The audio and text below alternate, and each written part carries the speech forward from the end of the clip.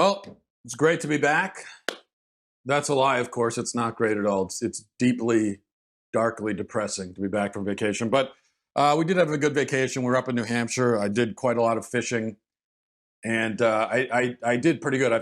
I posted a picture on Facebook of one of the bass that I caught. It was, I'd say around 6 pounds. I didn't measure it, but I put it up. I put the picture on Facebook for like the 4 people who might care.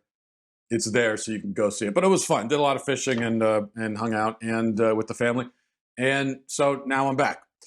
And we'll just dive right into it. Tomi Lahren gave her final thoughts over the weekend where she explained that conservatives need to stop with the whole abortion thing. We just need to quit it with the abortion already. We need to stop trying to overturn Roe v. Wade, because she's uncomfortable with the fact that there's been this discussion of overturning Roe v. Wade now that we're getting Trump's Supreme Court pick. So she says that we lose on the social issues, and the best thing is to ignore them. And here's a little bit more of what she had to say. She says, to use conservatives' newfound power and pull to challenge a decision that Roe v. Wade is the decision, to challenge a decision that, according to a new poll, most Americans support, would be a mistake.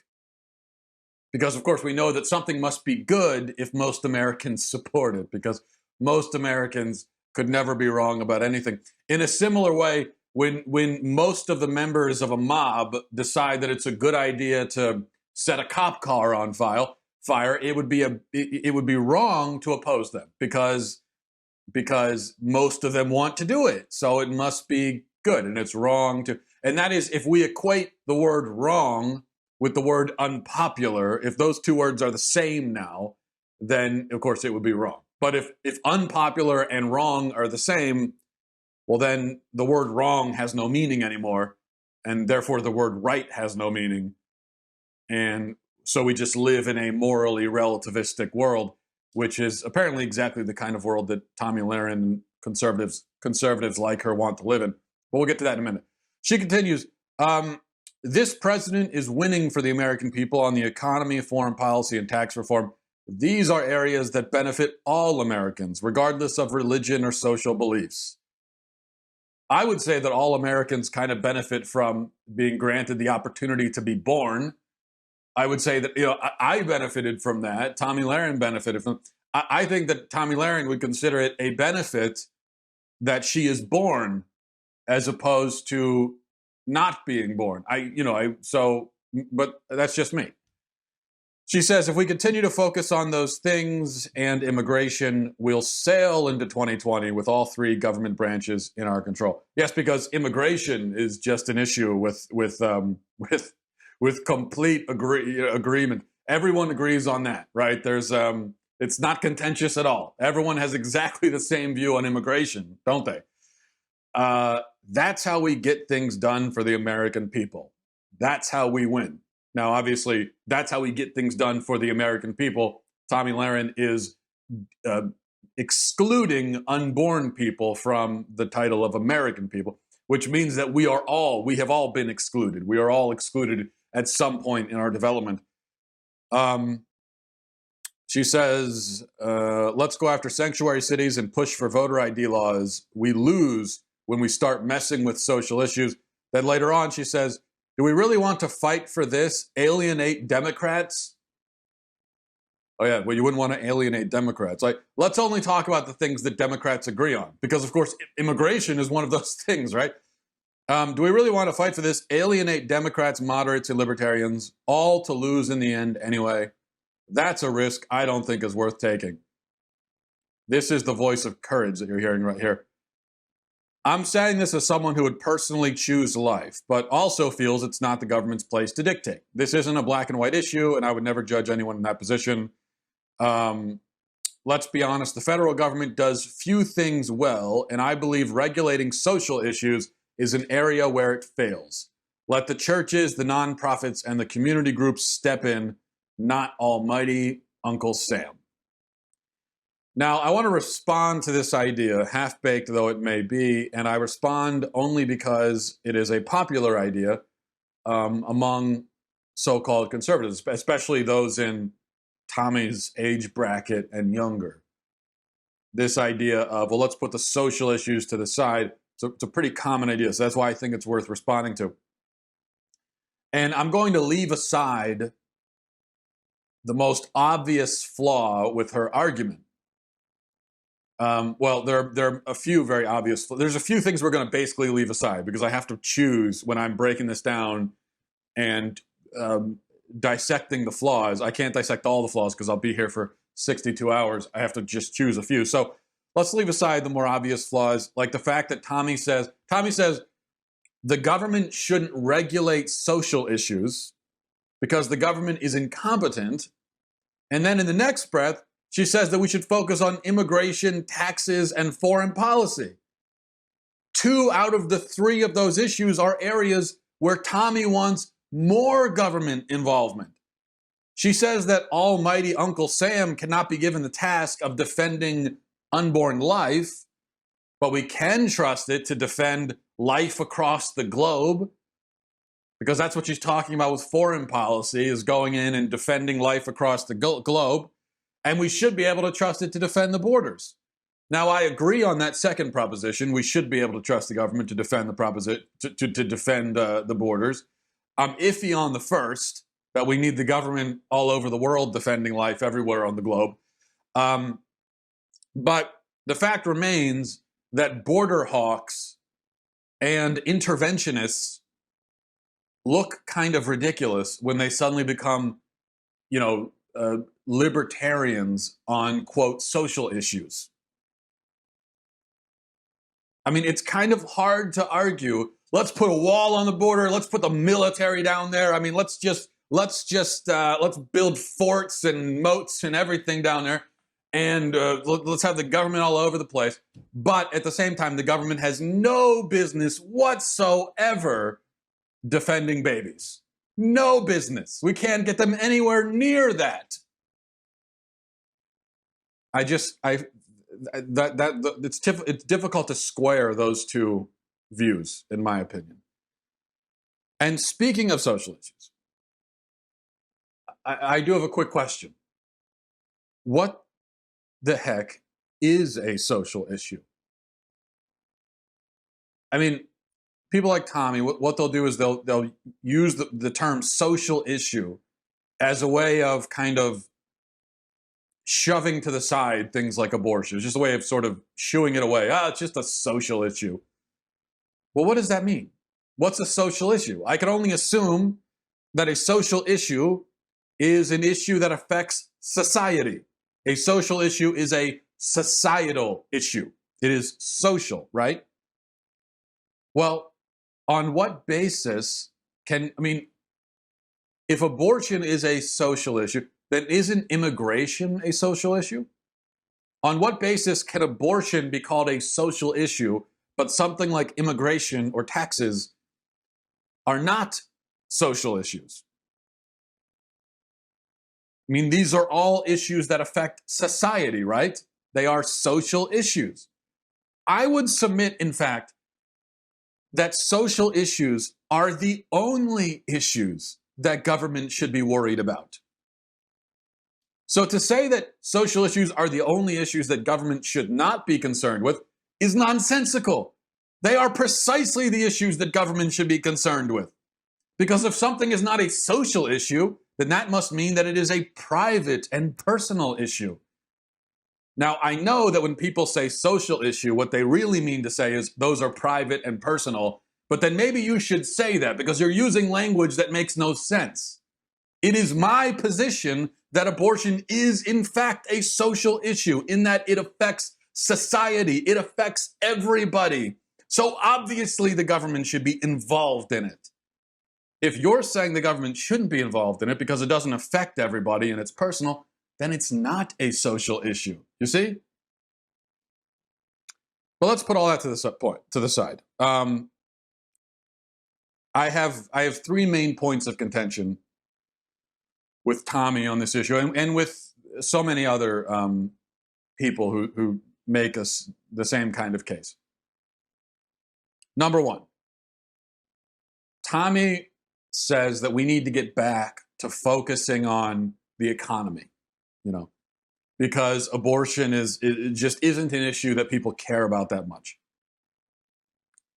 And this, again, is a common sentiment among a certain set of conservative, especially the self-appointed conservative spokespeople. This is a point that you'll hear a lot. And every time it's articulated, the person articulating it seems to think that they're the first person to ever say this. They seem to think, like Tomi is saying this, she seems to think that she has said something new and insightful. Like, you know what? Actually, I think we should put social issues to the side and just focus on taxes instead. She doesn't seem to realize that Republicans have been saying this for the last 50 years. This has been standard operating procedure for Republicans in the mainstream for 50 years. Republicans have been ignoring social issues. You've already gotten what you want. This is what they've already been doing. And, well, let's look at the results. Republicans have basically ignored issues like abortion. And what has been the result? Has it resulted in a culture dominated by conservative ideas? Yeah, we've won some elections. Republicans won in 2016. Great, fantastic. But the culture, this decision to put social issues to the side and to basically punt on them and to say, well, the liberals can have those, they're not important. Has that worked out? Or has it created a culture that is completely, utterly dominated by leftist ideas? And has it in fact created entire generations that are almost entirely owned by these ideas? I think it's been the latter. So when it's suggested that Republicans are focusing too much on abortion, I can only say that that's wrong because Republicans focus hardly at all on abortion. So I really have no idea what you're talking about. I mean, really, this constant complaining, oh, let's stop talking about abortion. Let me ask you this. Seriously, can you name for me one single Republican politician on the national stage who talks about abortion a lot? Just one. Give me one. Of all the Republican politicians that have been on the national stage or are on the national stage right now, can you name one for me who you would say focuses really intensely and consistently on this issue? Who? I mean, guys like Cruz, Rubio, Mike Lee, yeah, they're pro-life. When the issue comes up, they will say relatively forceful things about it. But those guys don't. Two of those guys were campaigning for president in 2016. They weren't campaigning on abortion. They weren't bringing it up left and right. They rarely brought it up. Again, when it came up at a debate or something, and it was talked about for 2.5 minutes, they said the right things about it, which is great. And I do believe that those guys are legitimately pro-life. But my point is, if those guys are the guys that you would point to and say, well, they're the most focused on abortion, well, that tells you something, because they're hardly focused on it. They were much more likely to talk about immigration, foreign policy, taxes, so on and so forth. No Republican politician goes out of his way to talk about abortion. So who exactly is focused on this issue? If you're noticing that, well, Republican politicians don't talk about it, in the mainstream, Republicans in the mainstream don't talk about it, but it seems like this issue comes up a lot. Well, who is bringing it up? Who's focused on it? Well, the grassroots, the people, regular Americans, they're the ones who are focused on it.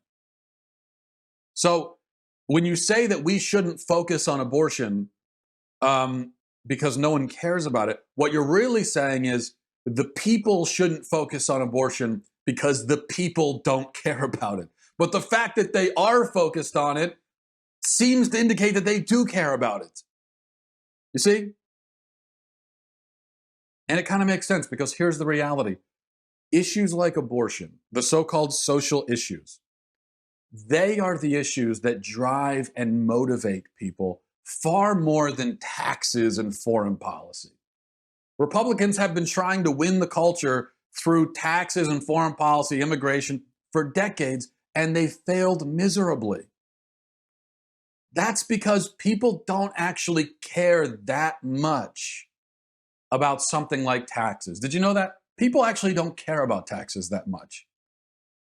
I mean, people should care about taxes a lot more than they do. But the fact is very clear that people do not care about it that much. Because if they did, if taxes were really a primary issue for most Americans, then there would have been a full-scale violent revolution years ago.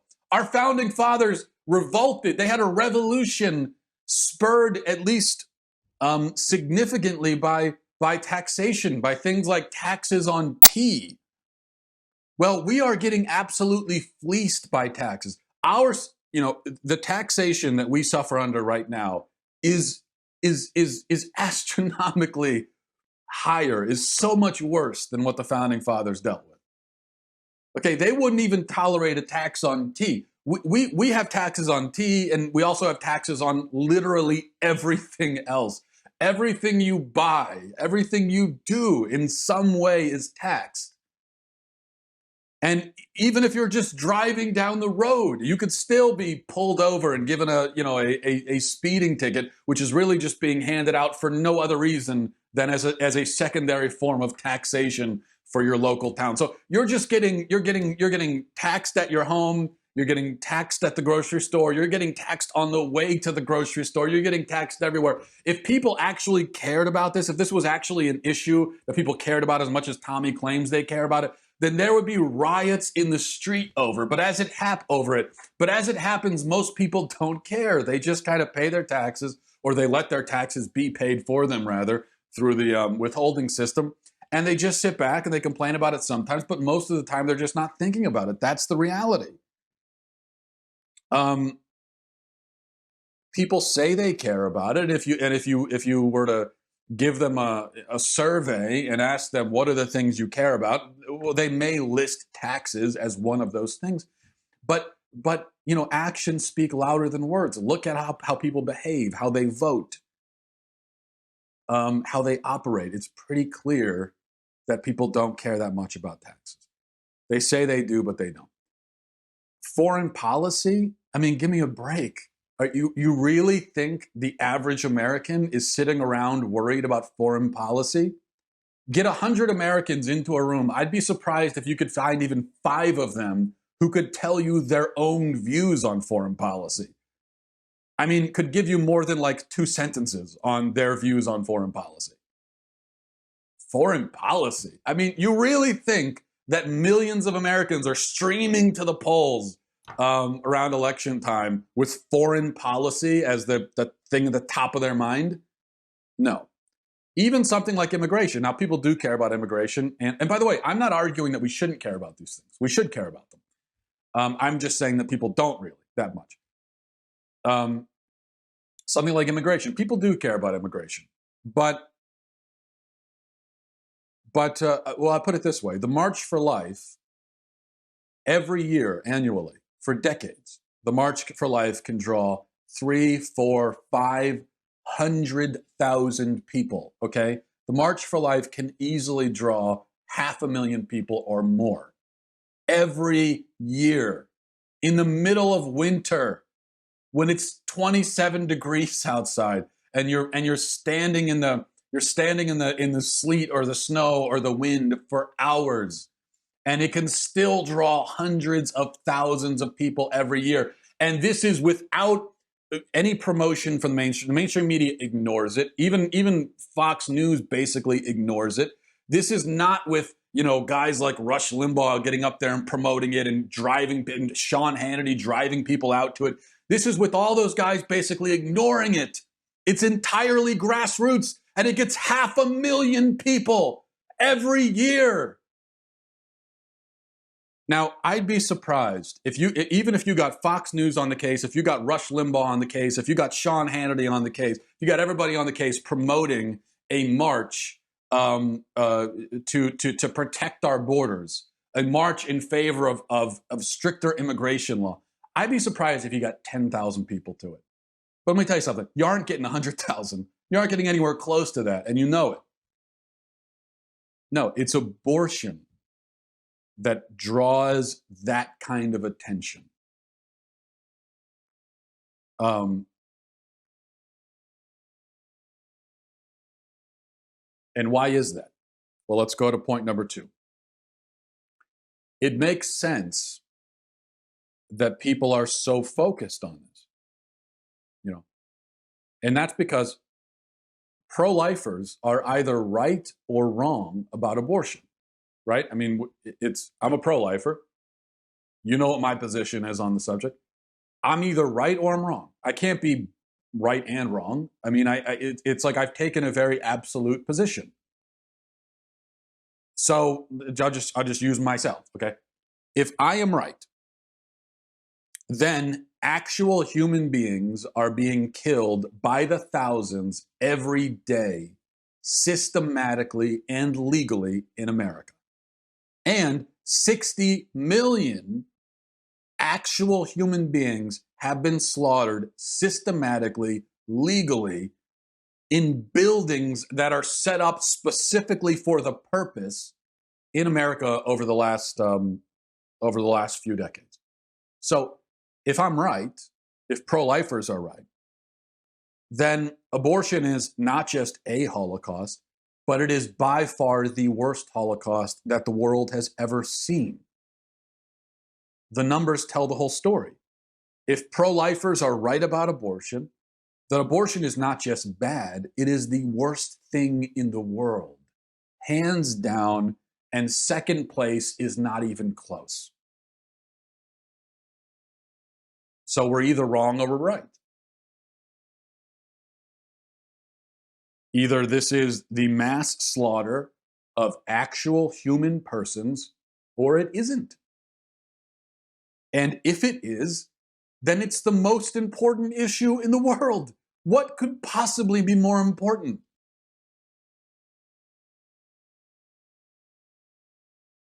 And that's why this issue generates so much attention. That's why people care about it. It's a matter of life and death. It is literally a matter of life and death. And it's an issue that it cuts through everything, and it gets right down to the heart of the matter. It gets right down to the heart of what you believe about life. It gets down to your priorities, your basic fundamental philosophy of life. And that's how you motivate people. That's how you really get their attention. That's how you can get 500,000 people to show up in DC and march through the snow, okay? That's how you can do it, is with an issue of life and death. It's when it's a moral issue. It's an ethical issue. You're saying this is an atrocity that is happening around us. It must come to an end. That's how you get people motivated, not by saying, well, the tax rate is this, but it should really be this. Now that's important, but most people are gonna say, oh, okay, yeah, I mean, sure, I agree with you, that'd be fine. But when you can grab them by the collar and say, children are dying, look around you, we have to do something about this. Well, when you say that to someone, then they have to make a choice. They can agree with you. They can say, oh my gosh, you're right. This has to be a major focus of my life now to put an end to this. I can't continue along while this is happening and pretend it's not happening. I mean, this is so important. So they could respond to you that way, or they could recoil. They could flee to the other extreme, and they could say, oh, those aren't people. And if they aren't, if the unborn humans are not people, if they're not human at all, if they're just essentially cancerous lumps, lifeless, cancerous lumps, then the pro-life position is, I guess it really is oppressive, right? Because in that case, women are really trying to undergo a medical procedure to have this lifeless mass extracted from them. And we're trying to convince them not to. We even want them to be legally prevented from undergoing that. And so it's oppressive. We're trying to oppress them. And so you could respond that way and go to the other extreme and say, oh, you're oppressing. But it makes no sense to go to the middle. And I know that there are a lot of people who try to find the middle, but the point I'm making is that there is no middle ground. These are cowards who are trying to find a middle ground where it doesn't exist. If we are right about this, then this is the most important thing in the world, and everybody should be focused. If we're wrong, then we are oppressive bullies, and you should be viciously opposed to us. But what you can't do is just kind of like float in the middle and say, well, maybe either way. It takes a certain intellectual effort, to stay in that middle area. I don't mean intellectual effort like in a good way. I mean, you really have to try to block out of your mind the reality of the issue. You got to put on the blinders so that you can stay firmly in the middle. But the issue itself naturally provokes a strong reaction one way or another. Because it gets down to the core of a person. What do you believe about life? And the real question that pro-lifers are posing to people is, do you believe that life is sacred? Because that is, the sacredness of life, that's the kind of thing that motivates someone. People are willing to die to defend the sacredness of life. That's how much they believe in it. Immigration is a really important issue. Very few people would die to defend their position on immigration policy. But about the sacredness of life, about defending human life that is being directly, systematically slaughtered, that's the kind of thing they will give their life to that. Third thing, you cannot be a pro-abortion conservative. Because to be pro-abortion is to reject, it's to do two things, okay? If you're pro-abortion, then necessarily, and that is when I say pro-abortion, meaning you are in favor of abortion being legal. And so Tomi is pro-abortion. And what I'm saying about Tomi, I'm sure she's a nice person. She's not by any means conservative in the slightest. She is a liberal. She is a full-on leftist, extreme leftist. She has taken an extreme liberal view. And in so doing, she has accepted, and all the so-called conservatives who are in her camp, they have all accepted two propositions necessarily. One, they have accepted the proposition that human life has no inherent dignity. Okay, it has no intrinsic, innate, inherent. I mean, all these words are synonyms. It has no intrinsic dignity. Because in order for something to have something, in order for a thing, an entity, to possess a certain quality intrinsically, it means that it must possess that quality all along. From the first moment that it is an entity, from the first moment that it exists physically as a physical being in the physical world, it must possess this quality. If it does not, then it does not possess that quality intrinsically. Now, you could have a entity that comes into being and then over time acquires certain qualities. But all of those qualities that it acquires over time, it cannot be said to possess intrinsically. And so if it should be legal to kill unborn humans, then what you're clearly saying is that unborn humans do not have dignity. They do not have the full human dignity and worth and value that you and I have. But if they don't have it in the womb, that means that we didn't have it in the womb, which means that we have not always had that value, worth, and dignity, which means that we don't possess it intrinsically. It's not a part of our human nature. It's something that somewhere along the line you acquire. So if you accept the pro-abortion position, then you reject the intrinsic value, worth, and dignity of human life, which is an incredible, extreme position, and also deranged, demented, and insane, in my opinion. The second proposition that you must accept in order to be pro-abortion is that moral truth is not objective.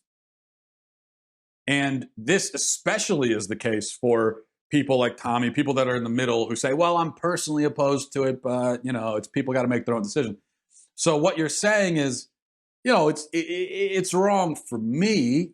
I consider it wrong, but it's not necessarily wrong for her.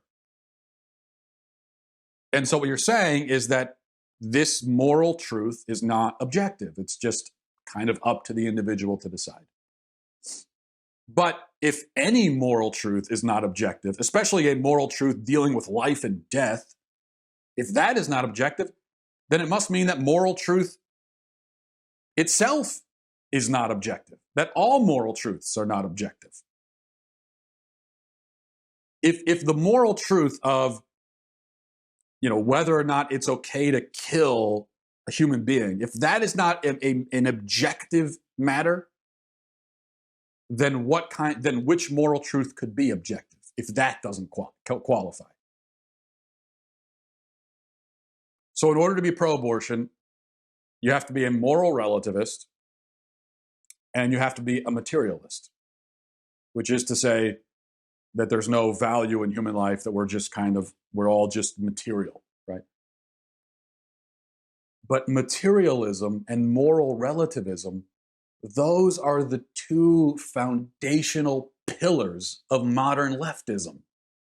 That's their whole point. That's everything. They are materialists and they are moral relativists. That's everything they believe springs from that fountain, from that toxic, ugly, algae-filled fountain, that smelly sewage fountain.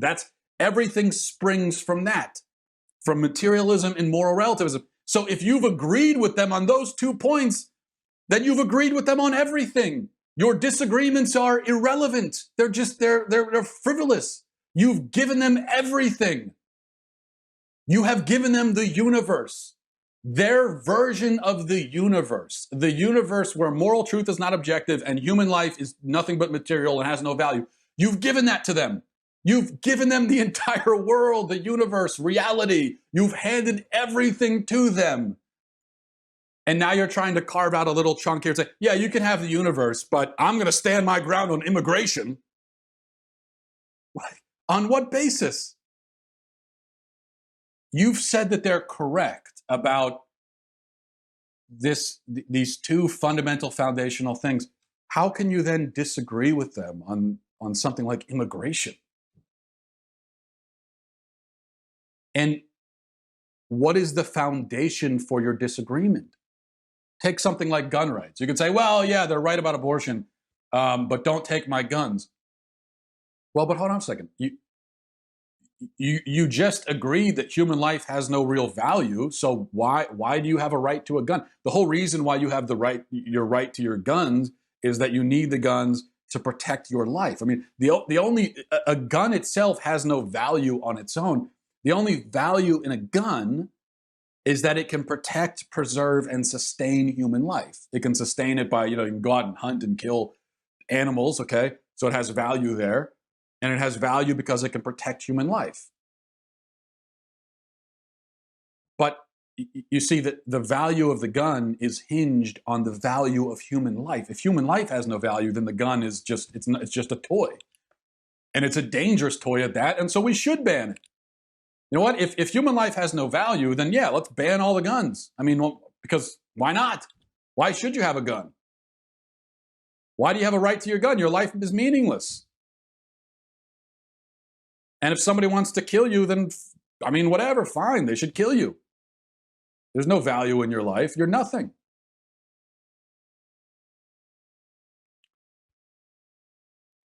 So you really have to choose. What I would say to Tomi and all conservatives in her category is make up your mind. I mean, are they wrong or are they right?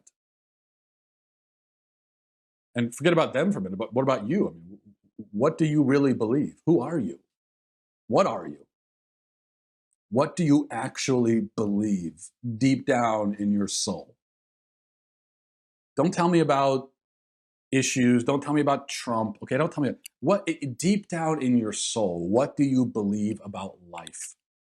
What are your core principles and values that animate and motivate you as a person? Figure out what those actually are. Because once you know those, you're going to see that it's really impossible for you to stake out this in-between ground that you've tried to find. Nobody who's really in touch with their own values and their own principles could ever be floating in the middle there. So figure out who you are and what you believe. And then take it from there. And if you discover that, you know what, yeah, the left, I basically agree with them on the most important thing. I'm basically a leftist, and that's who I am. And if that's what you discover, then you know you have every right to it. But be honest with yourself and be honest with everybody else. That's my request, and that is my invitation as well. Thanks for watching, everybody. Thanks for listening. Godspeed.